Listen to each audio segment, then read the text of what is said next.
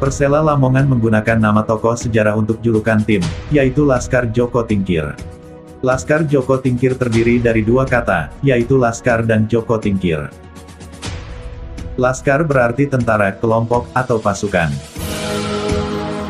Joko Tingkir tokoh legenda tanah Jawa. Berarti Laskar Joko Tingkir bermakna pasukan Joko Tingkir. Padahal cerita sejarah Joko Tingkir lebih banyak berpusat pada Kerajaan Demak yang berlokasi di Jawa Tengah. Bahkan, Joko Tingkir adalah raja pertama Kerajaan Pajang, peralihan kekuasaan dari Kerajaan Demak yang berpusat di sekitar Surakarta sekitar 250 km dari Lamongan. Mengapa Persela Lamongan menggunakan tokoh dari daerah lain sebagai simbol identitas? Padahal Lamongan juga memiliki tokoh pejuang dalam diri Angling Darma. Tidak ada salahnya bila Persela Lamongan menggunakan julukan Laskar Angling Darma yang saat ini digunakan Persibo Bojonegoro. Lamongan juga terkenal dengan Sunan Derajat. Bahkan, sempat ada gerakan untuk menggemakan julukan Laskar Sunan Derajat. Namun, julukan tersebut kurang berkembang karena tidak begitu populer di masyarakat. Berdasarkan buku Menegaskan Identitas Kami oleh Miftahul Fahamsyah, jawabannya ada di titik balik kebangkitan Persela Lamongan pada tahun 2000-an.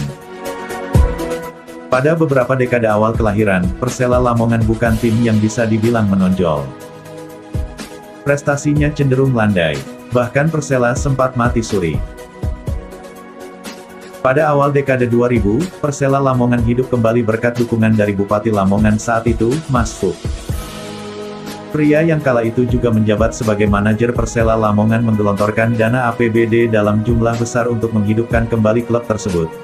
Awalnya keputusan ini menuai kontroversial karena Persela Lamongan tidak memiliki sejarah yang bisa dibanggakan. Namun, langkah tersebut justru berhasil membangun kembali hegemoni masyarakat Lamongan. Bupati Lamongan dua periode, tahun 2000 sampai tahun 2010, tersebut pula lah yang mencetuskan julukan Laskar Joko Tingkir kepada Persela Lamongan. Mas Fuk terinspirasi dari cerita petilasan Joko Tingkir di Lamongan, tepatnya di daerah Pringgoboyo, Maduran yang disampaikan dalam pidato mantan Presiden ketiga RI, Abdurrahman Wahid alias Gus Dur. Dengan julukan baru tersebut mampu membangkitkan semangat Persela Lamongan yang kala itu harus kembali dari nol. Seperti perjalanan heroik Joko Tingkir yang awalnya seorang putra dalam wayang beber bisa berada di puncak kejayaan sebagai Raja Kerajaan Pajang. Rupanya, julukan tersebut bisa diterima dengan baik. Masyarakat Lamongan yang kala itu menggilai sepak bola bisa berbangga memiliki klub yang merepresentasikan daerah mereka sendiri dengan julukan yang gagah. Pada tahun 2001 kemudian pendukung Persela menyatukan satu hati di bawah nama El Amania, singkatan dari Lamongan asli.